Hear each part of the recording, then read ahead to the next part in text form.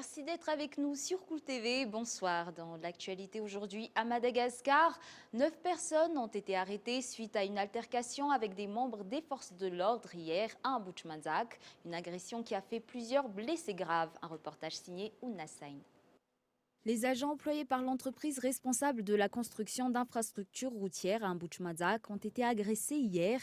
Des éléments des forces de la gendarmerie sont intervenus par la suite et se sont fait attaquer à leur tour. Les gendarmes ont utilisé des grenades lacrymogènes pour essayer de restaurer l'ordre, puis une fois à court de grenades, ont dû faire un tir en l'air pour mettre un terme aux lapidations dont ils étaient la cible et pour quitter les lieux. Ils avaient déjà 2 blessés à leur actif et 2 autres ont par la suite également été retrouvés gravement blessés. Ils sont actuellement hospitalisés et l'un d'entre eux lutte pour rester en vie. Ce ne sont pas les gendarmes qui ont utilisé la force, ils ont plutôt été victimes d'agressions. Outre les agressions, les fauteurs de troubles ont également barré les routes. Après l'arrivée de renforts, la situation a pu être maîtrisée. À ce jour, 9 personnes ont été arrêtées et une enquête a été ouverte sur cette affaire. Le secrétaire d'État auprès de la gendarmerie a lancé un appel afin que la population ne soit pas manipulée à des fins politiques. Mettant un terme à cette manipulation politique, pourquoi ne pas attendre les prochaines élections tranquillement? Les enquêtes se poursuivent actuellement et les réfractaires seront présentés devant la justice. Sur un tout autre sujet, l'ordre du jour à l'Assemblée nationale pour la période du 15 octobre au 4 novembre a été adopté lors de la séance plénière tenue hier. On retrouve au programme l'élection du président de la Commission de l'évaluation des politiques publiques ou encore le projet de loi autorisant la ratification de l'accord de prêt relatif au financement du projet de construction du pont sur le fleuve Mangouki.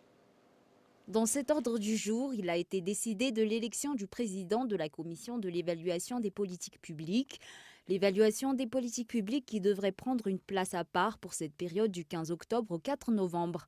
En effet, dans ce même ordre du jour, il y aura un séminaire sur l'évaluation des politiques publiques avec le réseau francophone de l'évaluation à l'Assemblée nationale les mardis 29 et mercredi 30 octobre prochains.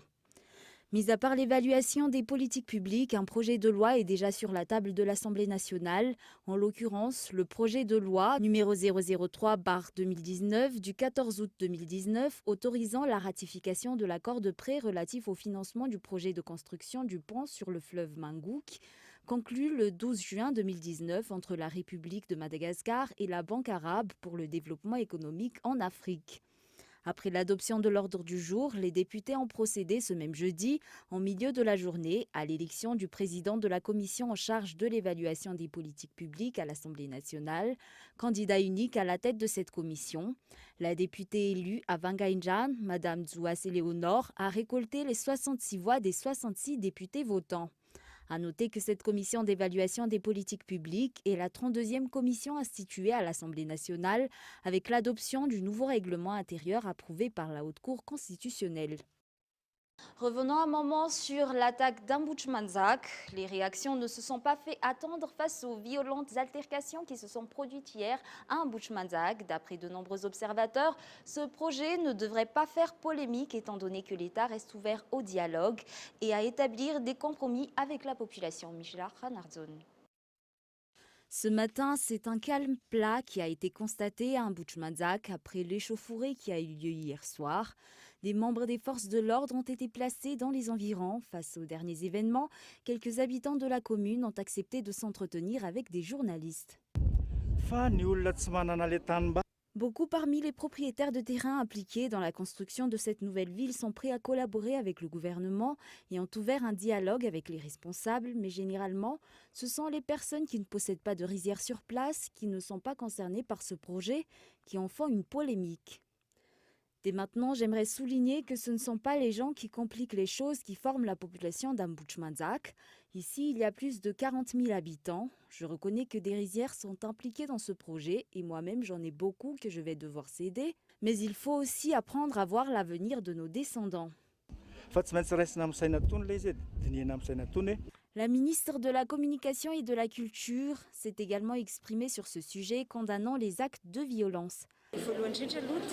Quelles que soient les divergences, rien ne justifie de tels actes de violence, ni envers ces agents de sécurité, ni envers les journalistes qui ne font que leur travail.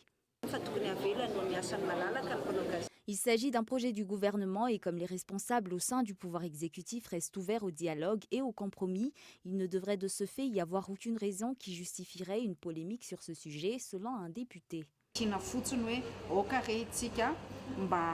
La loi donne au gouvernement le droit d'effectuer une expropriation pour cause d'utilité publique et pourtant le régime actuel a mis en place des mesures d'accompagnement pour ne pas léser les propriétaires des terrains concernés. C'est le moment de mettre en avant le développement de Madagascar, laissant de côté nos divergences. La présidence a émis des consignes claires par rapport au projet Tanamasoandj. Les responsables en charge de ce projet restent ouverts à tout dialogue permettant de résoudre les problèmes liés à ce projet et sont prêts à éclaircir tous les points qui pourraient encore soulever certaines interrogations par rapport à ce sujet. Restons sur l'actualité locale. La vente de fournitures scolaires à bas prix organisée par les membres du Veivav Malagas Miaramiang, comme chaque année, à la veille de la rentrée scolaire, se poursuit. Le but étant de venir en aide aux parents d'élèves en leur donnant l'occasion d'alléger leurs charges financières. Aujourd'hui, ce sont les habitants de la commune d'Anjannaouj qui en ont bénéficié. Cette action va se poursuivre demain dans la commune de Féféran. Passons maintenant aux actualités internationales, au bilan au Liban, indigné par la décision du gouvernement de taxer des applications de messagerie instantanée. Des milliers de Libanais sont descendus dans les rues de plusieurs villes. Ce mouvement de protestation intervient dans un contexte économique morose. France 24. Un seul cri, révolution. Des centaines de Libanais étaient toujours massés jeudi soir devant le palais du Premier ministre. Les premiers rangs tentent d'arracher les barrières qui protègent le bâtiment. Un peu plus loin, en plein centre-ville de Beyrouth, des barricades brûlent. Que les politiciens s'en aillent tous. Tous, du plus grand au plus petit, ils nous ont volés. La raison d'une telle colère, une nouvelle taxe de 20 centimes de dollars américains par jour pour les utilisateurs des messageries WhatsApp et Viber. Dans un pays où l'accès à Internet est déjà l'un des plus chers de la région, cette annonce a mis le feu aux poudres. Dans la capitale libanaise, dans le sud du pays, en banlieue nord de Beyrouth, jusqu'à l'extrême nord du Liban, dans la grande ville de Tripoli. Ce gouvernement est un échec total. Il est même venu prendre notre téléphone de nos mains. En plus des taxes sur l'essence, la TVA, ça suffit l'injustice. Jeudi, dans la soirée, face à la contestation, le gouvernement a retiré son projet de taxe sur ces messageries. Mais la colère de la population est immense. Les salaires sont trop bas par rapport au coût de la vie. Les emplois sont trop souvent verrouillés par le clientélisme. L'administration est gangrénée par la corruption. Et le pays n'a ni eau ni électricité en service continu. Le Parlement a voté un plan d'austérité cette année grâce auquel il espère récupérer plusieurs milliards de dollars d'aide internationale.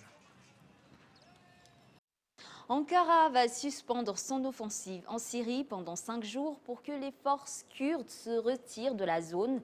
Le cessez-le-feu provisoire a été annoncé par le vice-président américain et la Turquie. Les Kurdes sont prêts à le respecter. Plus d'informations dans ce reportage de France 24. 5 jours, c'est ce que Washington a réussi à arracher à Ankara. Une courte trêve obtenue par le vice-président américain au terme de 4 heures de négociations. Aujourd'hui, les États-Unis et la Turquie se sont entendus sur un cessez-le-feu en Syrie.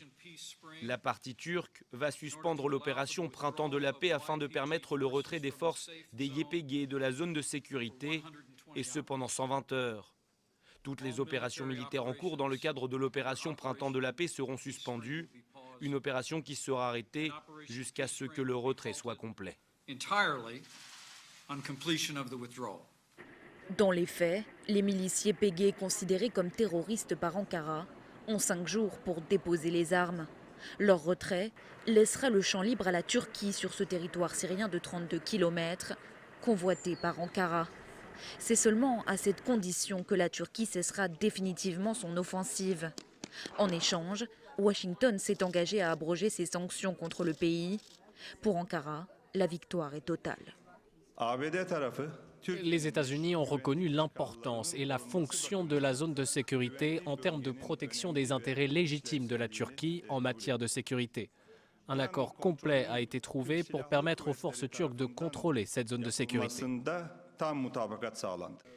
Les forces kurdes se sont engagées à respecter le cessez-le-feu sur cette zone située entre Ras Al-Ain et Tal Abyad, sans accepter pour autant la présence militaire turque dans le nord syrien. Une première victoire diplomatique pour le président Erdogan, qui doit rencontrer Vladimir Poutine à Sotchi mardi prochain. Et avant de nous quitter, un bref retour sur les grands points de ce journal. 9 personnes ont été arrêtées suite à l'altercation avec des membres des forces de l'ordre hier à Buchmanzak, une agression qui a fait plusieurs blessés graves. L'ordre du jour à l'Assemblée nationale pour la période du 15 octobre au 4 novembre a été adopté lors de la séance plénière tenue hier.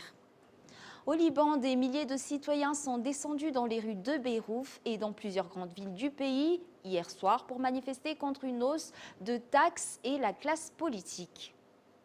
Et voilà, c'est la fin de ce journal. Nous vous remercions pour votre attention. Bonne soirée à tous et excellente suite de programmes en compagnie de Cool TV. Au revoir.